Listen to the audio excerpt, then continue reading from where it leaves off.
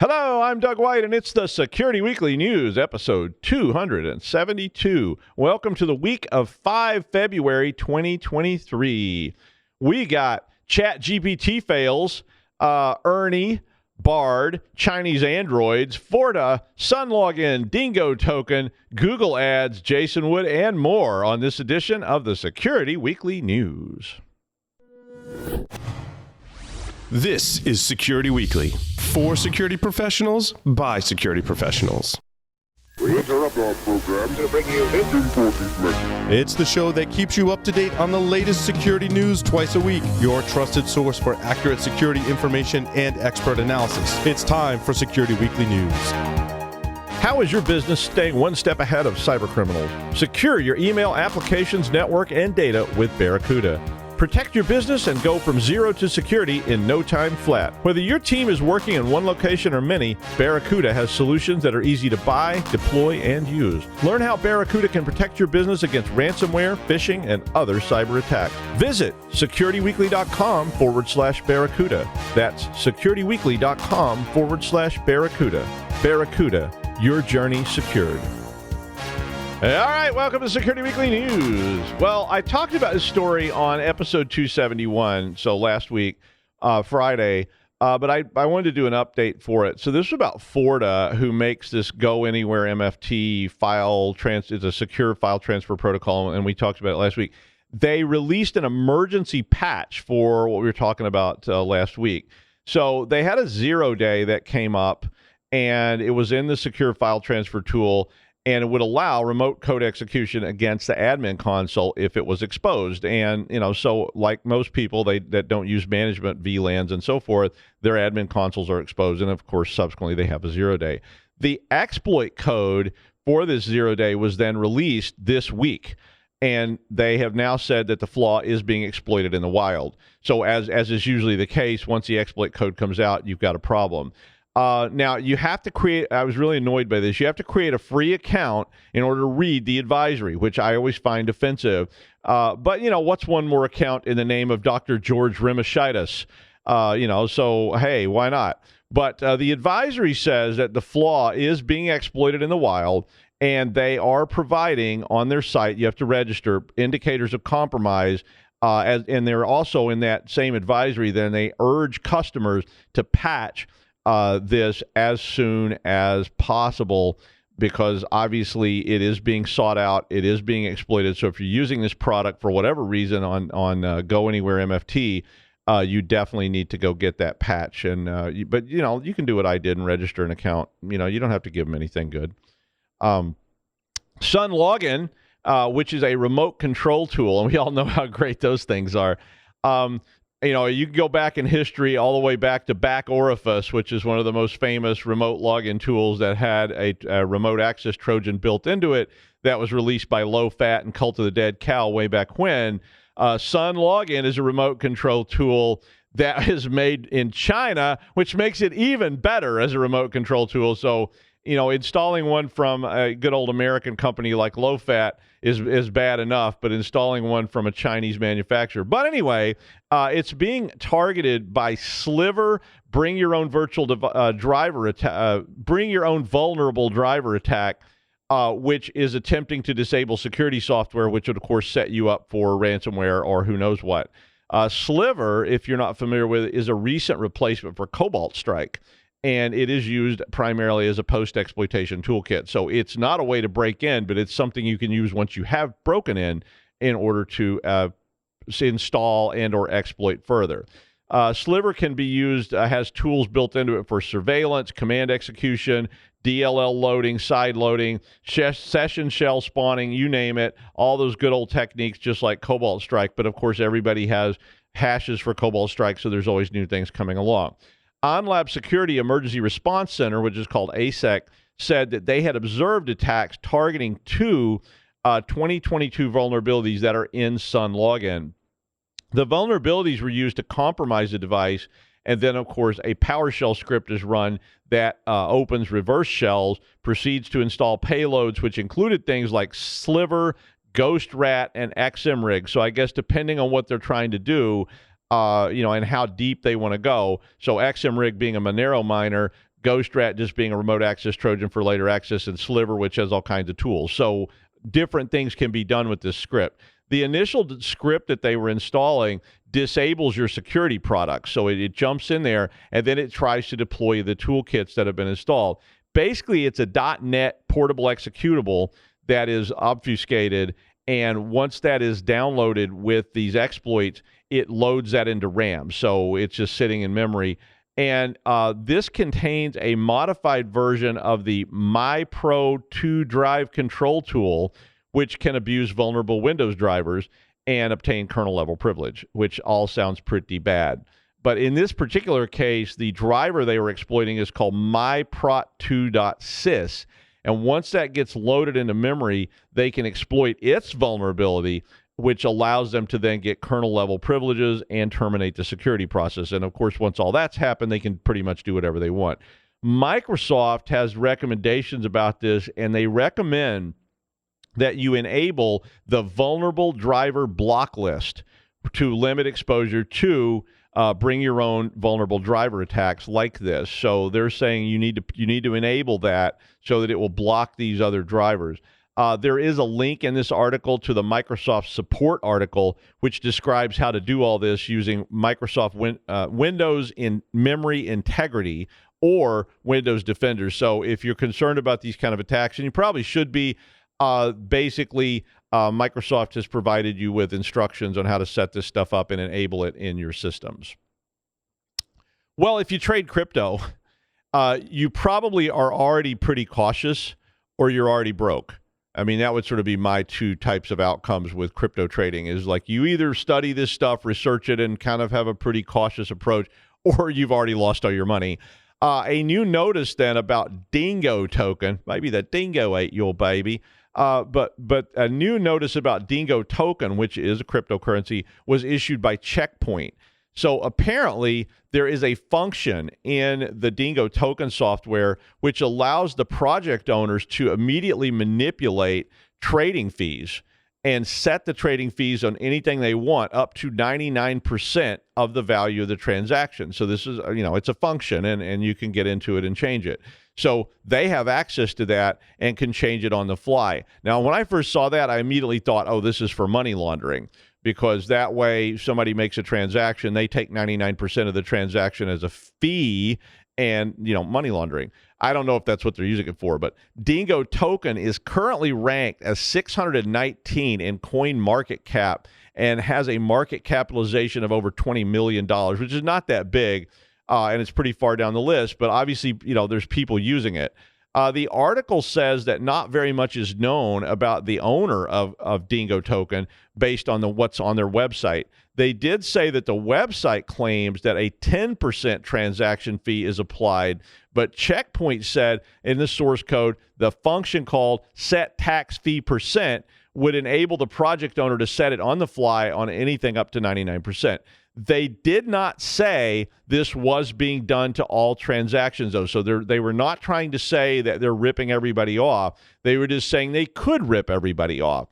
But Checkpoint observed 47 cases, which I guess is not very many. I don't know how many total cases. They didn't say how many total cases there were. But they observed 47 cases and said they did observe a transaction that they specifically referenced where someone purchased 427 million Dingo tokens, and the transaction then only resulted in them receiving 4.27 million Dingo tokens, which is 1% of the total order. So that would be 99%, 1%.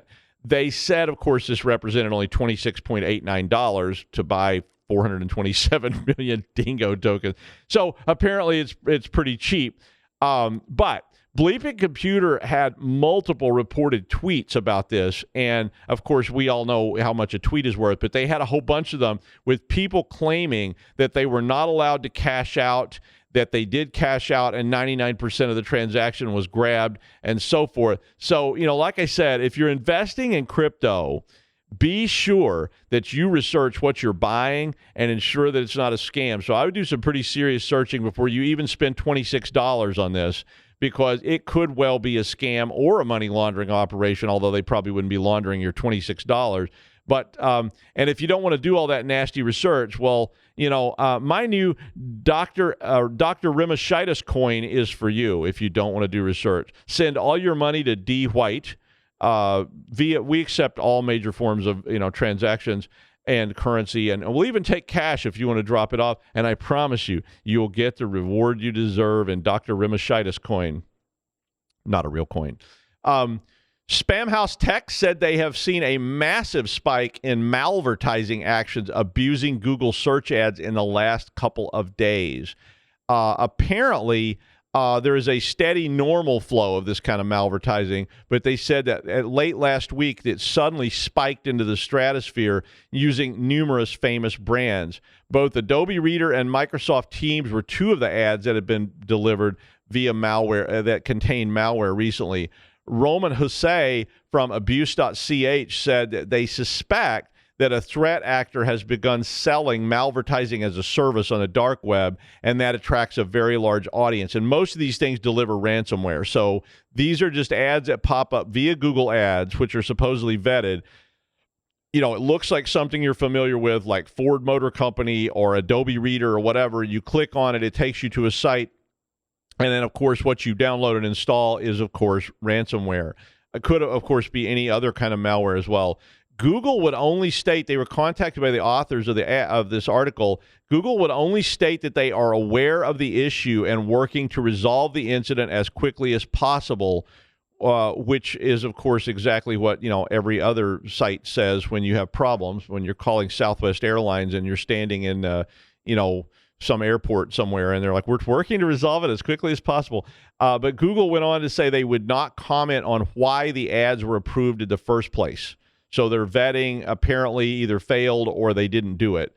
As these kind of attacks can be really, really hard for your users, you might want to write something up and give them some guidance on how to spot this kind of stuff. But even then, it's very, very difficult because, if you see an ad that says you need to install an update to Adobe Reader, you may well click that. You need to have ad blockers, anti-malware, and control of plugins that are being installed in your browser, or you're going to get in trouble in your enterprise. But even if you're just talking to your family members, I had to fix up something to deal with this kind of stuff on my dad's computer because he would click on things that popped up and said, you desperately need to update Microsoft Office. And he was bad to just say, I clicked on that. And I was like, Dad, don't click on anything. Call me. I'll take a look at it. I will not use Sunlogin, mind you, but I will use something to connect to your machine and check it out for you. Because if the warning was something he really liked to use, like VP Planner, my dad loved VP Planner. He liked VP Planner so much that I had to maintain an old Windows 98 machine in his office just so he could run it occasionally. It was like, he just had to do it and look at some of his old spreadsheets. And boy, did he have a lot of spreadsheets. But if you don't know what VP Planner is, it was put out of business by a lawsuit from Lotus 123 back in like 1988. It was an exact ripoff of Lotus if you've never seen it. It was really cool. It was super cheap. It only cost like $29. And it was exactly like Lotus. It used the same scripting language and everything. The only difference was the menu was at the bottom of the screen instead of the top, or maybe it was the other way around. But whichever one of them was on the top, one was on the bottom. And we got a letter from a law firm telling us we needed to return our copies of VP Planner, or they needed to be destroyed. And so, of course, we signed the form that said, we have destroyed our copies of VP Planner. We promise they've been destroyed. I mean, destroyed with prejudice, like took them out, put them in a big barrel and burned them, and then scattered the ashes to the four winds. But it really was a ripoff. It was just a straight up ripoff of Lotus. But my dad could never kick that VP Planner habit though. And he did use Excel and other things. But so just a warning, be advised that your family, your friends, and your employees and users may well be subject to these things. So be very careful. Well, Baidu, which actually Baidu means 100 times in Chinese. So that's what those characters mean. And it's in Chinese. But Baidu announced that AI will be the focus of its hyperscale cloud, and it is planning to launch a generative AI chatbot later this year. The bot apparently is in final testing and is expected to be completed in March. The name of this bot is Wenxing Yiyang, which means Ernie bot in Chinese. And Ernie is an acronym that is an actual like academic acronym that means Enhanced Representation Through Knowledge Integration, and has been published in various papers, so forth. And they just kind of translated that acronym back into Chinese. Their statement is that Ernie is set apart due to its ability to integrate extensive knowledge with massive data, resulting in exceptional understanding and generation capabilities, which sounds awfully familiar. They also said that in no way should Ernie be considered a balloon, nor would Ernie be able to fly over the central United States and not take pictures of nuclear silos. No chance of that. They didn't really say what the bot would be capable of, but they also said that world domination was not on the table. No way, not a chance. Ernie was just going to be used for weather. I'm making some of that up. But they did say that Ernie would use a pre-training module of 260 billion parameters, which is comparing it to Chat-GPT, which uses 175 billion training parameters, and that Ernie would, unlike Chat-GPT, Ernie would be able to speak English and Chinese fluently. Well, hot on the heels of that, then, Google announced on Monday that their chatbot, which is named Bard, is coming soon. Really? Bard will be here any day now because we actually have a better chatbot. And then Microsoft also said they would be announcing an AI endeavor later today. So, expect a flurry of AI chatbots coming soon. I think we're probably all doomed. I mean, really. I mean, and let me just be the first to say ni hao to our new Chinese-friendly overlord, Ernie, who will be taking charge of every aspect of our lives going forward for the weather, not world domination. No way. That's not going to happen. Well, in the same light, then, university researchers at the University of Edinburgh and Trinity College in Dublin said that you should not, repeat, not buy an Android phone in China. I mean, that kind of sounds obvious, but they actually were academics, so they actually did some research. They didn't just say it. It's kind of like not buying a phone called an Anodoroid on Temple Street in Hong Kong. I actually saw something like that once. It was like, is this an Android phone for like $2? And they're like, yes, Android. And I'm like, the name seems to say Anodoroid, not Android. And they're like, no, Android. And I was like, wait, no, I don't think this is right. I'm not going to buy this, even for $2. But their paper was titled Android OS Privacy Under the Loop, like the thing jewelers wear in their eye. And it had a subtitle, A Tale from the East. Now, that's a title. It sounds like a new miniseries on Netflix that won't be very interesting, but you watch it anyway because you don't want to pay extra for BritBox and watch the new Doctor Who like right now. But basically, the paper looks at the OS and the system apps that are installed on, they were looking at 3 different providers, OnePlus, Xiaomi, and Oppo Realme phones. So these are all telcos in China that sell Android phones. They were primarily trying to find out what happens and how much information gets transmitted. Well, the conclusion was in the paper, quote, Android handsets from the 3 named vendors send a worrying amount of personal information, not only to the device vendor, but also to other service providers like Baidu and the other Chinese mobile network operators, which I assume to mean the government. The phones they tested did this even when there was no SIM card. And I was like, what? So how did that work? But it said that it did it. I don't know if it did it by Wi-Fi or what.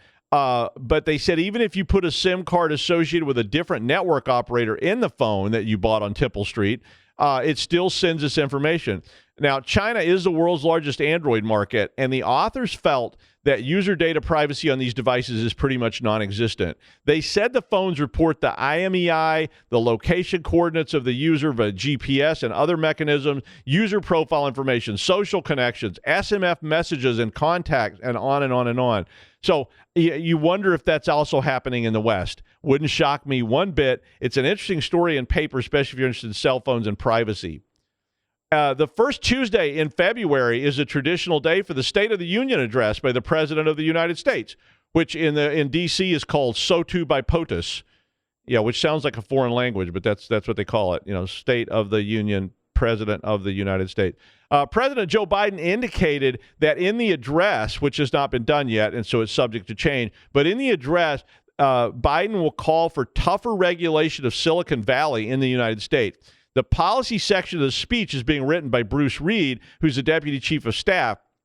And Bruce Reed is a prominent tech industry critic and had written op-eds going back, even in 2020, had written an op-ed criticizing a rule called Section 230, which is something that protects tech companies from responsibilities over posts, photos, and videos that are on their platforms.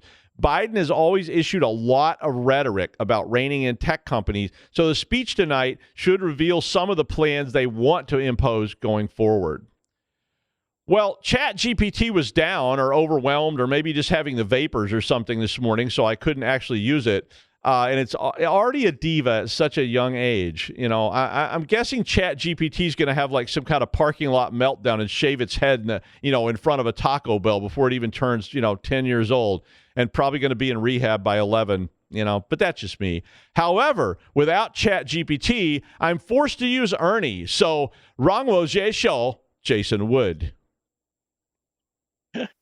Hey, everybody. That caught me off guard there. That was a little shorter than I expected. I was waiting to see what you're going to come up with. I loved it. Oh, just so you all know, too, Security Weekly has decided to release their chatbot here pretty soon, AI chatbot. We're going to call it Funky Anomaly. We see it over there on Twitch. Same over there on Twitch already participating. So this article,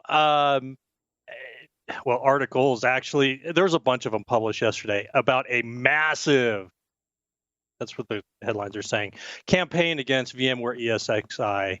And it boils down to a very simple scenario that has spiraled out of control for at least, for the owners of at least 3,200 ESXi servers that have started being compromised last week. Reports started coming in around February 3rd, so Friday. And basically all of the guest hosts or a bunch of the files associated with guest hosts are being encrypted and ransomed off to Bitcoin. The ransomware attacks have been called ESXi ARGs, which is a phenomenally creative name because the attacks occur on ESXi, and the file extension for the encrypted files is .args, ARGS. Anyhow, the vulnerability being exploited is CVE 2021-21974, and it affects the service location protocol service, which is used to find other devices on the network, and that runs on TCP port 427. And yes, the year in that is 2021. So we're talking about a 2-year-old vulnerability that VMware released a patch for back in February of 2021. And nothing really happened since that patch was released. There's a remote code execution flaw. VMware found out about it, released the patch. Presumably folks were installing it, except a bunch of people weren't. And we started seeing this now happening Friday last week. Some ransomware group apparently noticed, hey, wait a minute, we have an opportunity here, and launched this campaign to go after these hosts. And it's basically hitting ESXi servers that have port 427 open to the internet and haven't been patched. The campaign is essentially ransoming up guests and then leaving a ransom note to Bitcoin. Now, some of the articles I read disagree on what's actually being encrypted. I read 2 articles that said that basically all of the files, the VMDK files, the VMX file, VMSD, virtual memory, the swap file, etc., are all being encrypted. I did find one article on CSO Online that quotes a security researcher as saying, the attackers only encrypt the config files and not the VMDK disks where the data is stored. However, I suspect this isn't really. This is just due to the person being quoted who's looking at the cases that they're working on, and there was some note that not all instances where the VMDKs and other files are actually being encrypted. There are failures along the way. There's partial encryption happening, rather than just encrypting the config files. Obviously that'd be a pretty weak ransomware attack because all you'd have to do is just mount the VMDK files on another machine and then copy your data out. So wouldn't be much for holding hostage. I kind of chalk that up to just people trying to respond to something that has, popped up in the last few days, and maybe some incomplete information. In a funny note, securityweek.com, not Security Weekly, reports that the ransomware itself doesn't have the ability to download data, but that the ransom note threatens to sell data if the ransom isn't paid. Now, this is one where I'm like, well, yeah, I mean, a lot of ransomware just it encrypts stuff and then it checks in with the infrastructure to deal with payment and decryption and all that other stuff. There's a lot of activity that happens in a ransomware intrusion that is not the ransomware being executed. You've got a lot of reconnaissance being executed. They're trying to get additional credentials frequently, find other hosts that they can go after, see if they can spread to those. So the fact that ESXi ARGs or whatever you want to call it is not able to download data is not surprising. That would probably just be done via some other mechanism. So either way, that's kind of an interesting point. One thing that did catch my attention here a little bit threw me off. A French cloud, and most of this activity is occurring in Europe, at least in the articles that I saw. One French cloud hosting provider named OVH said, that basically they have been seeing this. They've been trying to notify customers because they don't have the ability to patch customer ESXi hosts. And that puzzled me a little bit because normally that would be like run behind the scenes and the customer wouldn't have access to that lower level stuff at a cloud hosting provider. But it does turn out that they provide bare metal servers to their customers as part of their offering. So I'm assuming this is where the ESXi server is actually installed and therefore isn't managed by OVH, and so they can't do the patch. Otherwise, you'd get into this weird situation where they're offering their customers the ability to create virtualized ESXi hosts so that in a virtual environment, so that they can install VMs on top of that, which doesn't make any kind of sense in any kind of normal usage. Though, as a funny note, I did actually do this at one point where I installed ESXi into a virtual environment and then installed VMs on that. But that was for a training class where we were trying to illustrate a specific scenario and definitely not any kind of production use. And it was really kind of wonky, but it did work, at least for what we needed. Anyway, you're probably already seeing how this entire thing could have been avoided in the first place. Guess what? We need to apply software and security patches on all hosts, including things like ESXi. Ransomware operators are attacking ESXi hosts more because they are such valuable and ripe targets. These are critical systems. It's a stripped down operating system, very little support for security software to be running it or be installed inside of ESXi, at least not that I know of. And if I'm wrong, I'm all ears. But because there's no real security software there or endpoint control, it's a great target. You get on the host, you can launch ransomware on it and basically, turn off the VMs so that the processes aren't, the guests aren't using the files on the disk, and then you encrypt those, and then it's basically game over because any EDR inside of the guests doesn't matter because they're shut down and the process isn't running. Anyhow, the articles, I saw someone there saying that, hey, this is fairly rare that ESXi servers are being popped, but it is starting to occur. I definitely have seen intrusions, occurring for a while now that against ESXi hosts, and we've probably talked about this in the past in other articles. You just can't avoid patching things like ESXi, regardless, because whether or not it's been targeted often in the past, or because it's a pain in the butt because we've got 50 virtual machines running on this thing and it's a nightmare to move them off of it or arrange downtime for all of those systems so that you can shut them down and then patch the underlying hypervisor. But we still need to do it. This is just part of the environment we live in and the world, the e-crime ecosystem that's going on. So, defenders, definitely, we need to pay attention there. And then finally, and very obviously don't expose management ports to the internet. Some of the recommendations that I read in these articles kind of had me shaking my head as they're like, well, don't allow access to port 427 except for to trusted hosts. So still expose it to the internet, but maybe put a firewall rule in that allows specific IPs, and that'll certainly, handle a lot of things. But, personally, I would stick it behind a VPN. The CSO article actually quoted the Singapore CERT Computer Emergency Response Team as saying that admins should evaluate whether their organization should shut down access to this port or could shut down access to this port without disrupting operations. To that, I might add, it's probably better to control the disruption to your environment yourself instead of waiting for ransomware to dictate the disruption. That's just my 2 cents, or maybe 2 Bitcoin at this point, which is what's being demanded for ransom, basically about $46,000 US at this point. So again, really simple intrusion or scenario. Violated all of the basic rules, exposing unnecessary ports to the internet, not patching your stuff. But now we've got this campaign running around here, encrypting systems, going for kind of a low ransom payout. But if they get people ponying up 46 grand per host, I guess that'll start to add up in a hurry. If that's interesting, go ahead and check out the links in the show notes.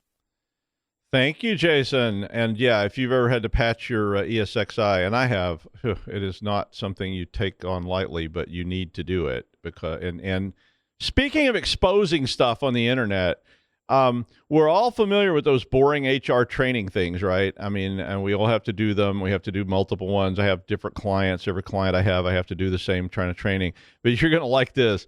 The whole article is about using deep fakes to create training videos, news videos, and promotional content. Yeah. Like the picture you can see on the slide is a person who does not exist, who is a deep fake, who is working for Wolf News and various other people. So apparently Wolf News, whatever it is, and I have a suspicion, is using anchors that are just deep fakes.